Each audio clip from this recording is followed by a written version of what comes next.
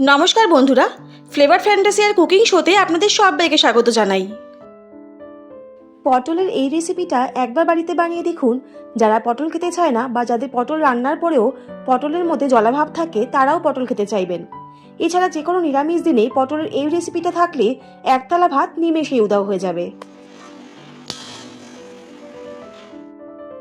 পটলের এই রেসিপিটা বানানোর জন্য আমি এখানে 250 গ্রাম পটল নিয়েছি আর পটলটা একটু ছোট সাইজের নিয়েছি। আমি এখানে পটলের খোসাগুলো অল্প রেখে ছাড়িয়ে নিয়েছি। আপনারা চাইলে পটলের খোসা না ছাড়িয়ে চেঁচেও নিতে পারেন, তবে এক্ষেত্রে পটলের খোসা ছাড়িয়ে ওপরে আর নিচের দিকটা চিড়ে দিলে পটলের মধ্যে মশলাগুলো খুব ভালোভাবে ঢুকে যাবে। অন্যদিকে কড়াইটা খুব ভালো করে গরম করে এর মধ্যে আমি 1/2 কাপের মতন সর্ষের তেল দিয়ে দিলাম। এই রান্নাটাতে সর্ষের তেল একটু বেশি লাগবে। সর্ষের তেল খুব ভালো করে গরম হয়ে গেলে আর তেলের কালারটা চেঞ্জ হয়ে গেলে এর মধ্যে চিড়ে রাখা পটলগুলো দিয়ে দিলাম।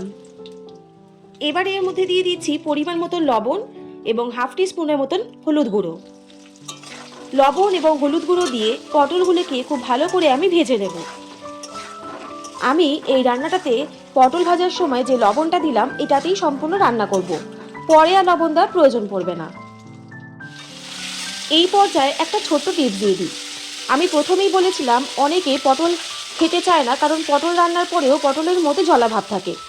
সেক্ষেত্রে পটল যদি প্রথমেই একটু বেশি তেলে লালচে করে ভেজে নেওয়া যায়, সেক্ষেত্রে রান্নার পরে পটলের মধ্যে আর কোনো জলাভাব থাকবে না। পটলগুলো লালচে করে ভাজা হয়ে গেলে কড়াই থেকে তুলে নিয়ে এর মধ্যে দিয়ে দিলাম 1 টিস্পুন কালো জিরে আর 3-4টে কাঁচা লঙ্কা। কালো জিরে আর কাঁচা লঙ্কাটাকে আমি প্রায় 15 থেকে 20 সেকেন্ডের মতন ভেজে নেব। এর মধ্যে দিয়ে দিচ্ছি 1/2 টিস্পুন হলুদ গুঁড়ো আর 1/2 টিস্পুন লঙ্কার গুঁড়ো আর সামান্য একটু জল দিয়ে দিলাম, যাতে মশলাটা পুড়ে না যায় আর কড়াইতে লেগে না যায়। এবারে মশলাটাকে আমি কিছুক্ষণ কষিয়ে নেব, যতক্ষণ না মশলা থেকে হলুদ গুঁড়ো, লঙ্কার গুঁড়ো আর কাঁচা লঙ্কার কাঁচা গন্ধটা চলে যাচ্ছে।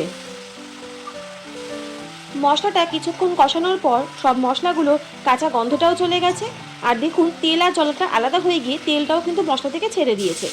এবার এর মধ্যে পরিমাণ মতন জল দিয়ে দিলাম। জলটা দিয়ে মশলার সাথে খুব ভালো করে একবার মিশিয়ে নিচ্ছি আর আমি এখানে 1/2 কাপের মতন জল দিয়েছি। জল খুবই কম দেব, কারণ এই যে রান্নাটা করছি আমি সেখানে কিন্তু গ্রেভির কোনো প্রয়োজন নেই, সুতরাং জলটা একটু কম দিলেই ভালো হয়। গ্রেভির জলটা ফুটে গেলে আর জলের পরিমাণটা একটু কমে আসলে এর মধ্যে ভেজে রাখা পটলগুলো দিয়ে দিলাম। পটলগুলো দিয়ে মশলার সাথে আমি একবার খুব ভালো করে মিশিয়ে নিচ্ছি। পটলগুলো গ্রেভির সাথে প্রায় 5 থেকে 7 মিনিট মতন রান্না হতে দেব, যাতে পটলটা সম্পূর্ণরূপে সেদ্ধ হয়ে যায় আর পটলের মধ্যে তেল মশলাটাও ঢুকে যায়।